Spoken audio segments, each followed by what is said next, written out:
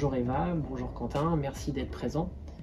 On a choisi pour les auditeurs qui nous écoutent aujourd'hui, dans le cadre de cette vidéo, de parler de l'arrêt qui a été rendu par la Chambre sociale de la Cour de cassation le 6 mars dernier et qui apporte un éclairage, il me semble, assez intéressant sur les modalités de négociation d'un accord de reconnaissance d'une US. Peut-être avant de rentrer dans le vif du sujet, s'agissant du sens de cette décision qui a été rendue et puis peut-être aussi de sa portée, peut-être que Eva, tu pourrais prendre 2 minutes pour rappeler ce qu'est une US et quelles sont les conditions de reconnaissance de cette US. Donc une US, c'est donc une unité économique et sociale. À la base, c'est une création jurisprudentielle qui a été créée pour permettre à des salariés de bénéficier d'un statut collectif, d'avantages collectifs et individuels auxquels ils n'auraient pas eu le droit, le bénéfice sinon, et aussi pour bénéficier d'instances représentatives de personnel. Communes donc. Exactement. D'accord, donc des salariés qui sont issus de sociétés qui sont différentes. Exactement. Donc une unité économique et sociale, elle a 2 critères cumulatifs, c'est dans le titre, c'est une unité économique d'une part, une unité sociale de l'autre. L'unité économique, ça va être la communauté d'intérêt capitalistique, la communauté financière, etc. Une communauté d'activités, elles ont des activités similaires ou complémentaires. Et ensuite, l'unité sociale, ça va être une communauté de travailleurs qui a un statut collectif, donc une convention collective qui s'applique à l'intégralité des travailleurs, un statut collectif commun, des avantages du coup communs, etc.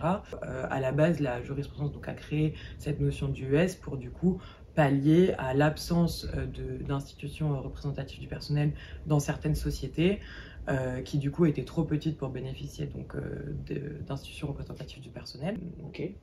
Et peut-être, alors pour le coup, pour que tout le monde puisse participer un peu aux échanges, là encore, avant de rentrer dans le vif des sujets, peut-être que Quentin, tu pourrais rappeler très brièvement les manières de pouvoir instituer une US, une unité économique et sociale, aujourd'hui en l'état du droit positif. Alors en effet, il y a 2 manières. La première qui est la manière judiciaire, donc aller devant un tribunal pour obtenir la reconnaissance d'une US, et la seconde qui est la voie négociée, la voie de l'accord collectif. Et justement, ce qui est intéressant dans l'arrêt du 6 mars 2024, c'était justement d'évoquer la nature même de cet accord collectif de reconnaissance de l'UES.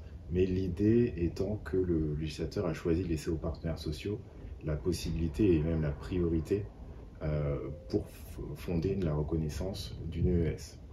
Et dans cet arrêt-là, se posait notamment la question quand on est une société composée, morcelée en plusieurs sociétés, et qu'on intègre de nouvelles sociétés dans le périmètre, finalement, avec qui on discute, avec quel syndicat on va négocier pour finalement agrandir ce périmètre-là.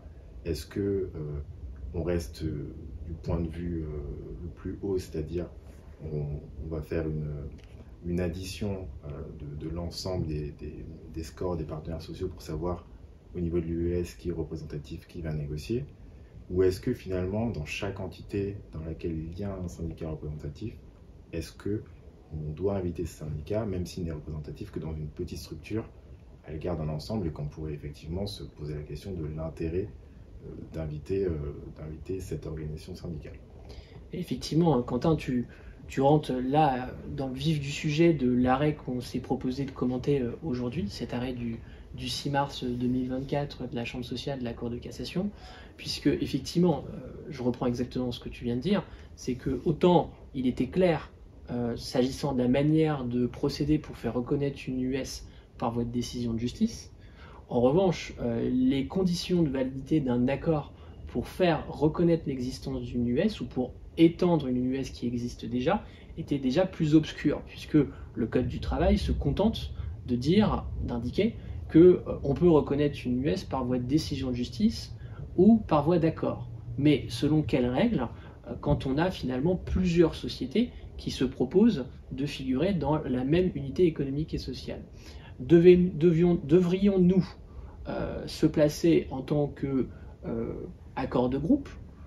Au contraire, devrions-nous prendre en considération les règles applicables sur les accords interentreprises ou encore d'autres règles pour apprécier la validité d'un accord de reconnaissance d'une US? Et donc c'est évidemment dans ce contexte-là que s'est inscrit l'arrêt du 6 mars dernier, qui est venu apporter l'éclairage tant attendu depuis un certain nombre, on peut le dire presque de décennies, sur ces conditions de validité. Du coup, peut-être que Quentin, est-ce que tu pourrais rappeler un petit peu le contexte de cette décision et comment en fait on en est arrivé à avoir cette affaire qui a été portée jusque devant la Chambre sociale de la Cour de cassation? Quelles étaient les circonstances? Alors, au niveau des circonstances, en tout cas telles qu'elles sont décrites à hauteur d'appel par la Cour d'appel de Versailles, c'est qu'on avait une grosse société connue, Capgemini pour ne pas la nommer, qui a intégré qui est elle-même une US et qui a intégré un gros groupe avec un certain nombre de sociétés. À ce moment-là, pour négocier l'avenant de révision et intégrer les nouvelles structures au sein de cette US existante, un certain nombre de syndicats ont été invités. Toutefois, le syndicat UNSA, qui était représentatif dans l'une des sociétés du groupe qui avait été intégrée, n'a pas été invité donc à la réunion de négociation de l'accord de révision. Et frustré par cette situation, on peut comprendre, le syndicat a choisi de saisir le tribunal judiciaire et s'est retrouvé à hauteur d'appel devant la Cour d'appel de Versailles, qui, elle, finalement, a donné raison au point de vue de l'employeur en disant que finalement, on était sur un accord qui devait être négocié selon les conditions de l'accord inter-entreprise. Et donc, on devait suivre une logique qui englobait l'intégralité des structures. Et donc, certains syndicats, qui par définition n'étaient représentatifs que dans une entreprise au sein de ce groupe de sociétés, même si ce n'est pas un groupe de sociétés au sens du Code de commerce, ne devaient pas être invités finalement. Merci beaucoup Quentin. Donc du coup, à suivre le raisonnement de la Cour d'appel, la société Capgemini, en tout cas le groupe, l'US Capgemini, avait finalement bien fait en n'invitant pas à la table des négociations ce syndicat UNSA. Tout à fait.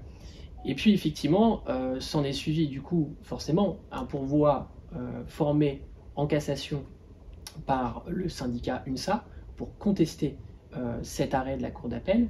Et puis là, en l'occurrence, Eva, peut-être que tu pourras en parler, on a une position, un arbitrage qui est pris par la Chambre sociale de la Cour de cassation, sensiblement différent de celui adopté par la Cour d'appel de Versailles, puisque l'arrêt fut cassé par la Chambre sociale de la Cour de cassation, et qui, du coup, dans un attendu particulièrement, finalement, intéressant, indique une solution qui est celle d'inviter que la société, que Capgemini aurait dû inviter le syndicat UNSA. Peut-être tu peux apporter quelques éclairages sur ce sujet. Exactement, donc c'est une précision bienvenue de la part de la Cour de cassation, puisque en effet, elle précise que l'accord de révision, en fait l'avenant de révision de l'accord de reconnaissance de l'UES n'est pas un accord interentreprise, donc elle casse totalement l'arrêt d'appel sur ce point. Elle dit aussi en sous-texte que ce n'est pas un accord de groupe, et elle n'est pas aussi claire qu'elle aurait dû l'être, puisqu'elle ne dit pas que c'est un accord d'entreprise, mais elle pose en fait sur cet accord de reconnaissance du US et l'avenant de révision toutes les conditions de validité d'un accord d'entreprise. Exactement. Donc voilà, donc on a cette décision qui casse le raisonnement de la Cour d'appel, qui dit que donc, puisqu'on doit respecter les conditions de validité d'un accord d'entreprise, on aurait dû inviter tous les syndicats représentatifs dont faisait partie l'UNSA, et donc l'UNSA a finalement gain de cause en Cour de cassation. Ok. Donc effectivement, un arrêt qui est intéressant, puisque on a un attendu très clair qui vient nous indiquer pour la première fois que l'accord de reconnaissance d'une US n'est pas un accord interentreprise. Tu l'as dit Eva, effectivement, entre les lignes, on comprend également que ce n'est pas un accord de groupe, et sans se prononcer sur la qualification ou pas à retenir d'un accord d'entreprise, en tout cas, la Chambre sociale de la Cour de cassation se réfère finalement aux conditions de validité d'un accord d'entreprise pour rendre sa décision dans ce dossier. Une fois qu'on s'est dit ça, assez logiquement, les personnes qui nous écoutent, les personnes qui nous regardent, doivent, en tout cas vont, se poser la question des conséquences de cet arrêt qui a été largement commenté et peut-être parfois un peu à tort et à travers, où on a pu voir des titres particulièrement accrocheurs en doctrine autorisée sur le fait que la Cour de cassation aurait enfin donné la qualification d'accord collectif d'entreprise à l'accord de reconnaissance de l'US. Elle ne le dit pas, effectivement on peut le déduire, mais elle ne le dit pas. Mais au-delà de cela, concrètement, pour les personnes qui nous regardent, pour les personnes qui nous écoutent, Eva et Quentin, est-ce que vous avez des observations à émettre sur la portée finalement de cet arrêt pour les praticiens du droit? Alors, en pratique, en termes de conséquences, se pose la question des accords du US qui ont été signés dans les conditions d'un accord inter-entreprise, où là, peut-être que certains de nos auditeurs vont se dire « Ah bon, en fait, moi, j'ai pas respecté les conditions qui sont telles qu'elles sont décrites désormais par la Cour de cassation, et qu'est-ce que va venir de mon accord du US? Est-ce qu'il est toujours valable? Est-ce qu'il peut tomber ?» Donc, il y a cette première question qui va naturellement se poser. Alors, on a déjà des éléments de réponse. Le premier, c'est que en théorie, les conventions et accords collectifs ne peuvent être contestés, en tout cas sur le fondement de la demande d'annulation, que dans un délai de 2 mois. Donc, on pourrait se dire que passé ce délai, on obtiendrait entre guillemets la tranquillité. Néanmoins, il est toujours possible de contester par voie d'exception un accord. Donc, ça peut être un salarié individuellement dans le cadre d'un litige qui soulèverait cela. Une organisation syndicale qui n'était pas signataire de l'accord initial, ou encore le CSE, évidemment à la condition de ne pas être signataire de l'accord également. Oui, parce qu'effectivement, Quentin, tu as raison de le rappeler, je pense que c'est important, là encore pour les personnes qui nous écoutent, c'est que le principe, c'est qu'une fois qu'un accord a été valablement adopté, il y a un délai de contestation de 2 mois par voie d'action. Et une fois ce délai de 2 mois expiré, normalement on ne peut plus contester la validité d'un accord collectif par voie d'action, mais seulement par voie d'exception, c'est-à-dire que ce sont finalement les personnes qui ne sont pas signataires de l'accord collectif dont la validité est contestée, qui peuvent toujours contester par voie d'exception. Donc tu l'as dit, les salariés, les organisations syndicales non signataires, et également les CSE par exemple. Okay. Donc effectivement, on a de bonnes raisons d'espérer que les accords du US qui auraient été négociés et conclus selon les modalités des accords inter-entreprises pourraient perdurer finalement, avec quand même malgré tout un doute sur ce sujet.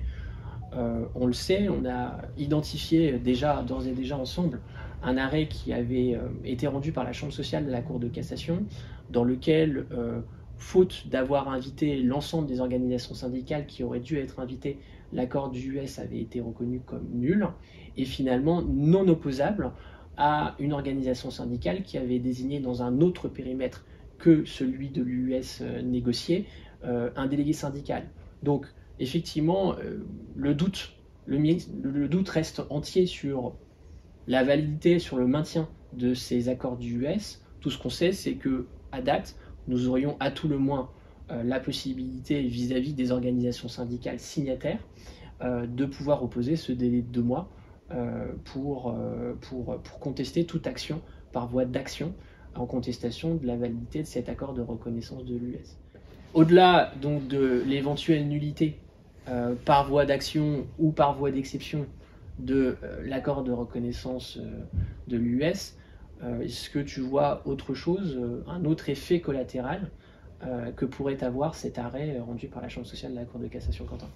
Alors oui, s'agissant des élections professionnelles, certaines entreprises pourraient être inquiètes de se dire que s'il y a eu une mise en place dans le cadre finalement d'un accord du US en respectant des règles qui sont celles de l'accord inter-entreprise, on pourrait s'inquiéter et se dire quelqu'un pourrait venir solliciter la nullité des élections. Néanmoins, on a un délai de forclusion de 15 jours à compter de la proclamation des résultats par le bureau de vote. Donc dès lors que ce délai-là est passé, il n'est plus possible de contester les élections, et fort heureusement, puisque ça pourrait aujourd'hui faire tomber un certain nombre d'élections et donc d'institutions représentatives du personnel. Ok, très bien. Donc en fait, en synthèse un petit peu de ce qu'on dit, parmi les principaux effets collatéraux identifiés, nous avons le risque de nullité de l'accord de reconnaissance de l'US, avec un moyen de défense assez fort au profit des employeurs qui est le délai de 2 mois à peine de forclusion pour contester par voie d'action la validité de cet accord collectif. Et puis, s'agissant des élections professionnelles, là encore, le délai de 15 jours de forclusion pour contester des élections professionnelles, au-delà duquel il n'est en théorie plus possible de contester la validité des mandats et la validité des instances qui auraient pu être instituées au niveau de l'US. Il appartiendra évidemment aux juridictions du fond et peut-être à la Cour de cassation de se prononcer sur ces sujets-là, mais d'ores et déjà, on peut dire qu'il existe donc des moyens de défense à la disposition des employeurs pour sécuriser autant que possible leur position dans l'hypothèse où ils auraient adopté l'accord de reconnaissance de l'US sur la base des règles d'un accord inter-entreprise. Est-ce qu'on peut espérer tirer d'autres enseignements, peut-être un dernier enseignement peut-être de cet arrêt, notamment dans les modalités de négociation d'un accord collectif de reconnaissance de l'US? Je ne sais pas s'il va, par exemple, tu as... Alors, ouais, se pose la question en fait de savoir genre comment en fait on va négocier, quelles seront les modalités de négociation applicables, et surtout dans l'hypothèse où on n'a pas de délégué syndical, c'est-à-dire délégué syndical qui est l'interlocuteur privilégié de l'employeur pour négocier un accord collectif. Dans cette hypothèse où on n'a pas de délégué syndical au sein des entreprises, des différentes entités juridiques qui formeront ensuite l'UES, comment on négocierait cet accord collectif de reconnaissance de l'UES. Et en fait, a priori, il n'y a pas de... Enfin, en tout cas, la jurisprudence actuellement ne pose pas d'incompatibilité entre le fait d'utiliser des modalités dérogatoires, donc par exemple passer par voie de référendum ou bien par voie de négociation avec les élus du CSE, s'il y a un CSE, du coup, on peut totalement, a priori, selon nous, passer par ces modalités dérogatoires de négociation collective.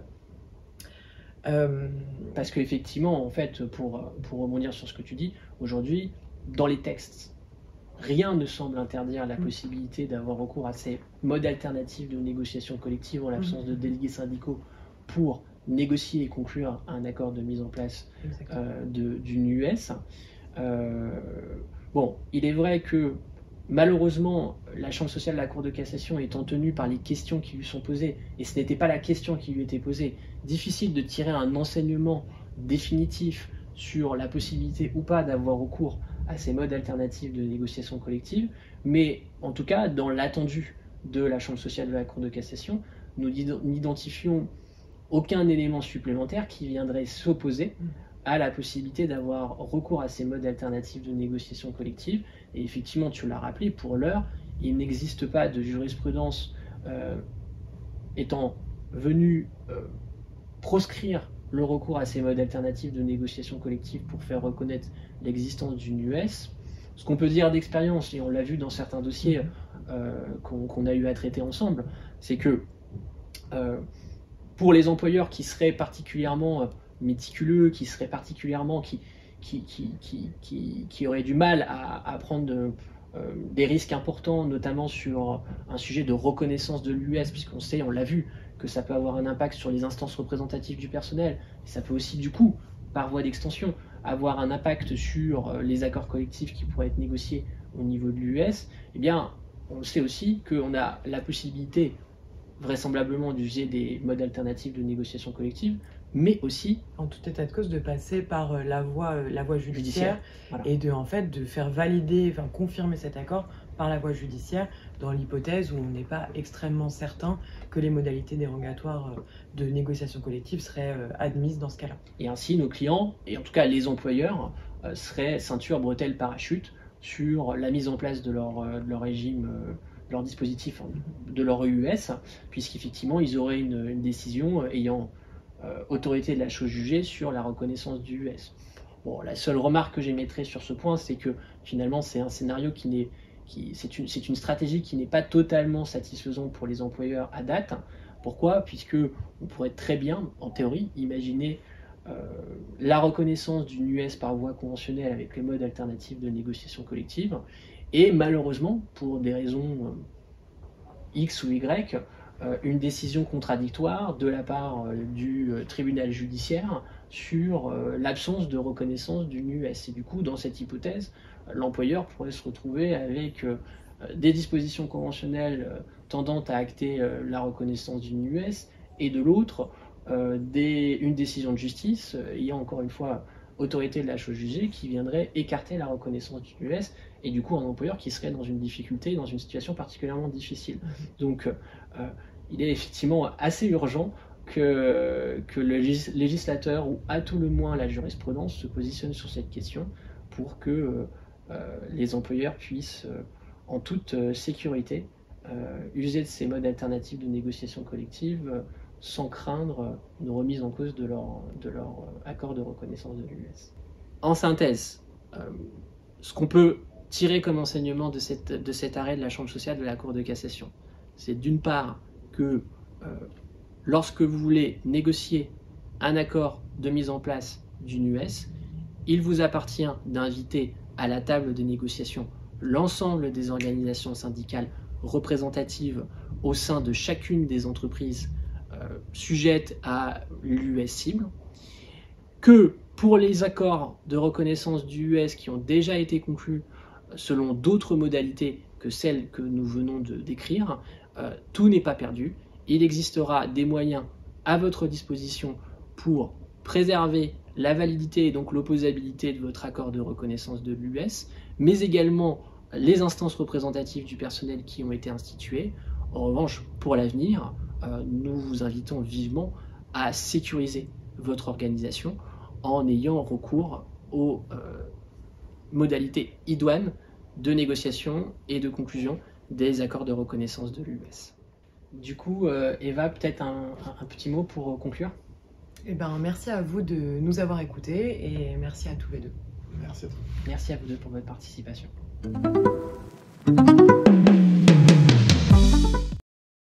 Et effectivement, merci pour cette synthèse de l'arrêt rendu par la Chambre sociale de la Cour de cassation, qui du reste n'était pas si évident que ça dans la solution.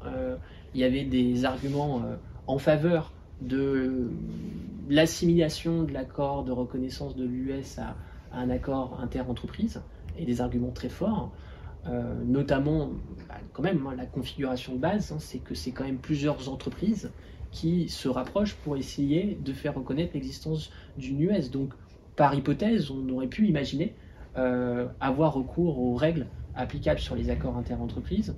Et puis finalement la décision qui est prise, voilà, rien n'était évident dans cette décision. Nombre de praticiens attendaient cette décision avec impatience, et elle a finalement été rendue après, je l'ai déjà dit, plusieurs années, voire décennies d'attente.